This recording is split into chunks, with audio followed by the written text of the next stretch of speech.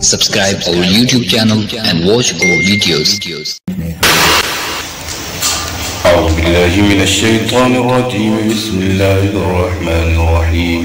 وإذا أخذنا ميثاق بني إسرائيل لا تعبدون إلا الله وبالوالدين إحسانا وذي القربى واليتامى والمساكين وقولوا للناس حسنا وأقيموا الصلاة وآتوا الزكاة ثم توليتم إلا قليلا منكم وأنتم معرضون. صدق الله العظيم. وإذا أخذنا، یاد کرو جب پکڑا ہم نے پکا وعدہ بنی اسرائیل سے کہ لا تعبدون الا اللہ، نہ عبادت کرنا اللہ کے سوا کسی کی، وبالوالدین احسانا، اور والدین کے ساتھ اچھا سلوک کرنا، وذی القربی، اور قریبی رشتہ داروں کے ساتھ اچھا سلوک کرنا، اور یتیموں اور مسکینوں کے ساتھ بھی اچھا سلوک کرنا، وَقُولُوا لِلنَّاسِ حُسْنًا، قولو اور کہو لوگوں کے لیے اچھی بات، وَأَقِیمُوا الصَّلَاةَ، اور نماز قائم کرو، وَآتُوا الزَّکَاةَ، زکوٰۃ ادا کرو، پھر گئے تم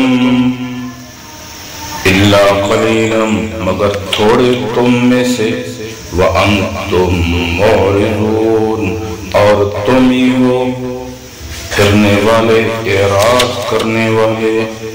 معدود چند وہ لوگ ہیں جو تورات کی پورے پابند رہے، تورات کی منسوخ ہونے سے قبل شریعت موسویہ کے پابند رہے۔ جب تورات منسوخ ہو گئی تو شریعت محمدی کے متبع ہو گئے۔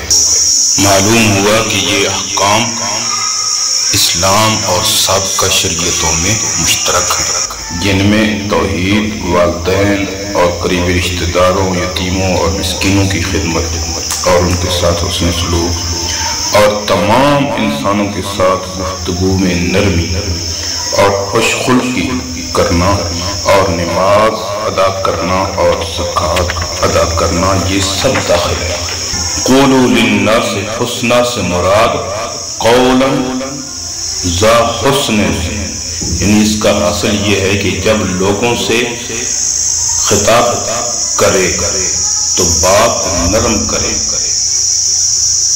خوش روئی اور کشادہ دلی سے کرے، چاہے مخاطب نیک ہو یا بد، سنی ہو یا بدعتی۔ ہاں، دین کے معاملے میں مداہنت اور اس کی خاطر سے حق پوشی نہ کرے۔ وجہ یہ ہے کہ حق تعالیٰ نے جب موسیٰ اور ہارون علیہ السلام کو فرعون کی طرف بھیجا تو یہ ہدایت نامہ دیا، قولا لہ قولا لینا لعلہ۔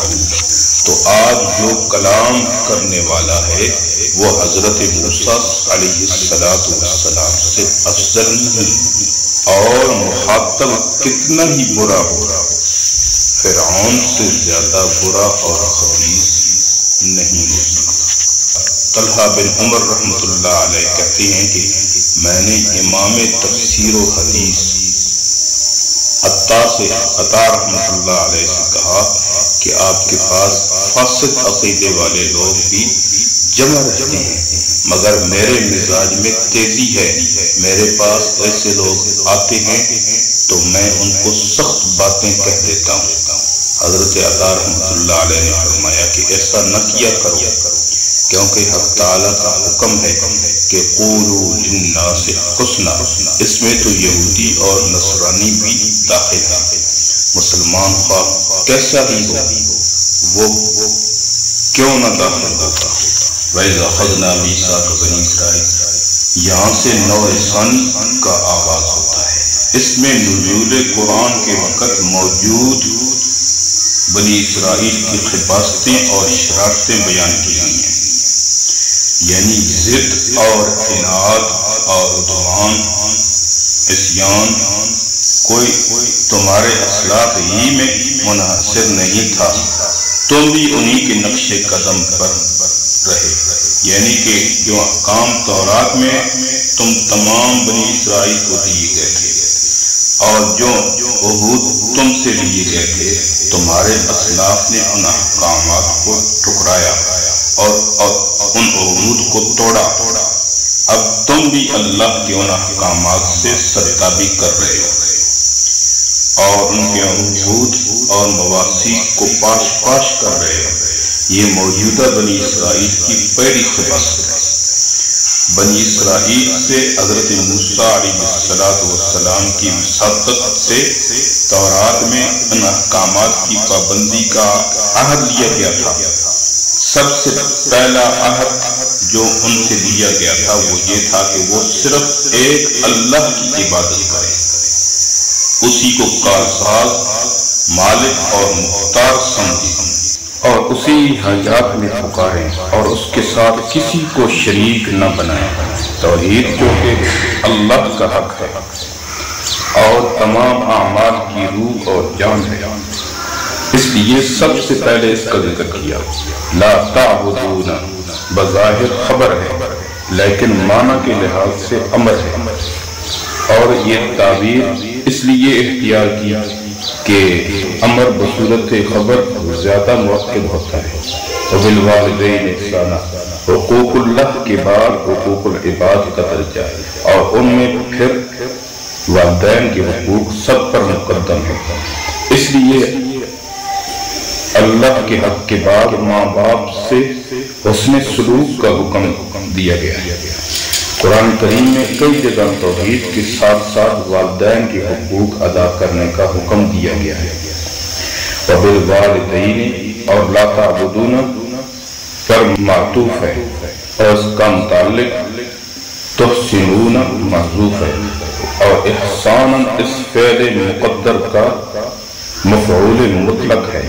مطلب یہ ہوا کہ حقوق اللہ کے بعد والدین کے حقوق کما حقہ ادا کرنا۔ والدین کے حقوق بہت ہیں، مثلا ان کا احترام کرنا، ان کا اکرام کرنا، ان کی جائز احکامات کی تعمیل کرنا، ادب سے اور نرمی سے بات کرنا، ان کی مالی اعانت کرنا وغیرہ۔ والدین کے یہ حقوق بہرحال لازم ہیں، اگرچہ وہ کافر ہی کیوں نہ ہوں۔ اگر والدین مشرک ہوں اور شرک کرنے پر مجبور کریں تو اس معاملے میں ان کی اطاعت جائز نہیں، البتہ ان سے حسن سلوک فرض ہے۔ ان سب کا عطف والدین پر ہے۔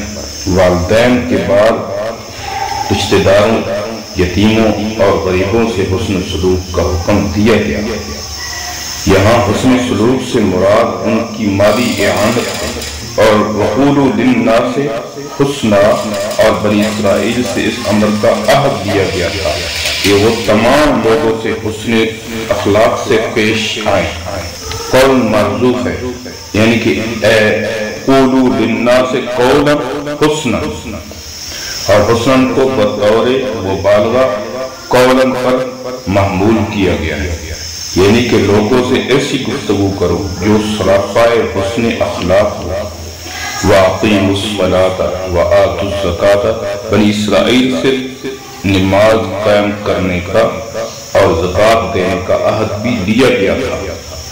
یہاں نماز اور زکوٰۃ سے وہی نماز اور زکوٰۃ مراد ہے جو بنی اسرائیل پر فرض تھی، لیکن تم نے یہ عہد پورا نہ کیا بلکہ ان احکامات سے روگردانی کی، توحید کو چھوڑ دیا اور شرک اختیار کیا، حضرت عزیر علیہ السلام کو اور اپنے دوسرے بزرگوں کو خدا کے نائب اور کارساز مانا، انسانی حقوق پامال کیے، نماز زکوٰۃ سے لاپرواہی کی، اور تم میں سے بہت تھوڑے اس عہد پر قائم رہے۔ وَأَنْتُمْ مُعْرِضُونَ، یہ اعراض اور عہد شکنی تم سے کوئی نئی بات نہیں بلکہ ہمیشہ سے تمہاری عادت قدیمہ ہی رہی۔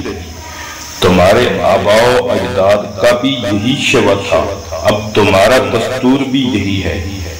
آج اگر دیکھا جائے تو بنی اسرائیل کی یہ تمام حالات مسلمانوں میں بھی پیدا ہو چکی ہیں۔